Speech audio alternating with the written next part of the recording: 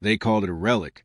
Old, sluggish, and uninspired, drifting through space like a rusted monument to humanity's arrogance. The ardent resolve. My ship, we were always late to fleet gatherings. Outpaced in hyperspace jumps.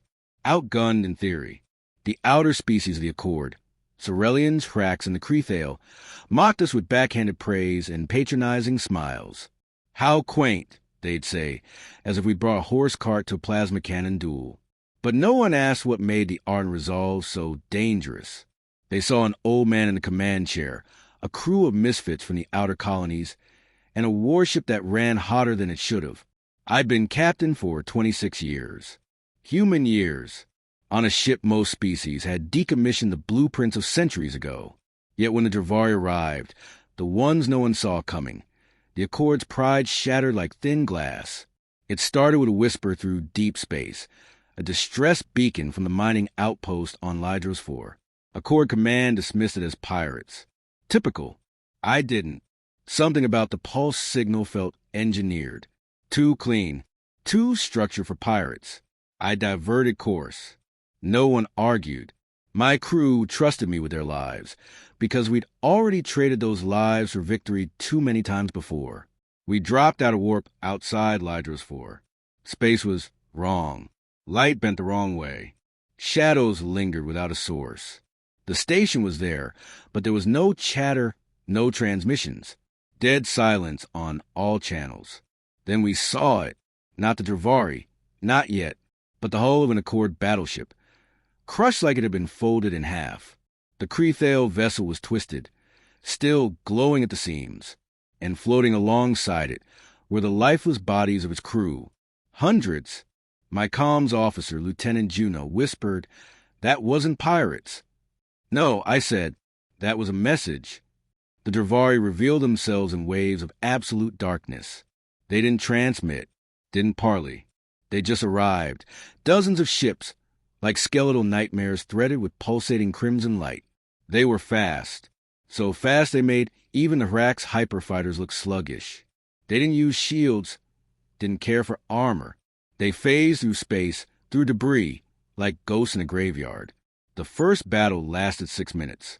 The Accord fleet responded, confident in their numerical and technological advantage. They lost 72% of their vessels before a ceasefire could even be considered. The Cerealian Admiral Voktal sent out an encrypted fleet-wide communication. Evacuate key sectors. Fall back to Quadrant Theta. I refused. We didn't retreat. The ardent resolve wasn't built to run. What no one ever understood about our ship was this. She was slow because she was heavy, not with dead weight, but with weapon systems no longer allowed under Accord military doctrine. Weapons built during the collapse wars. Illegal, forgotten, but never unlearned by humans. The railgun array required 2 full minutes to prime, but once it fired, the projectile would punch through kilometers of alloy and energy shielding. We didn't just carry torpedoes. We carried dimensional destabilizers, gravity warping devices capable of disrupting localized space-time. But the key was patience. "Commander," Juna said from her station, "they've seen us. They're scanning. Approaching vector, full speed." "Good," I said, tightening my fingers on the worn leather of the command chair. "Let them come." The Dravari vessels didn't hesitate.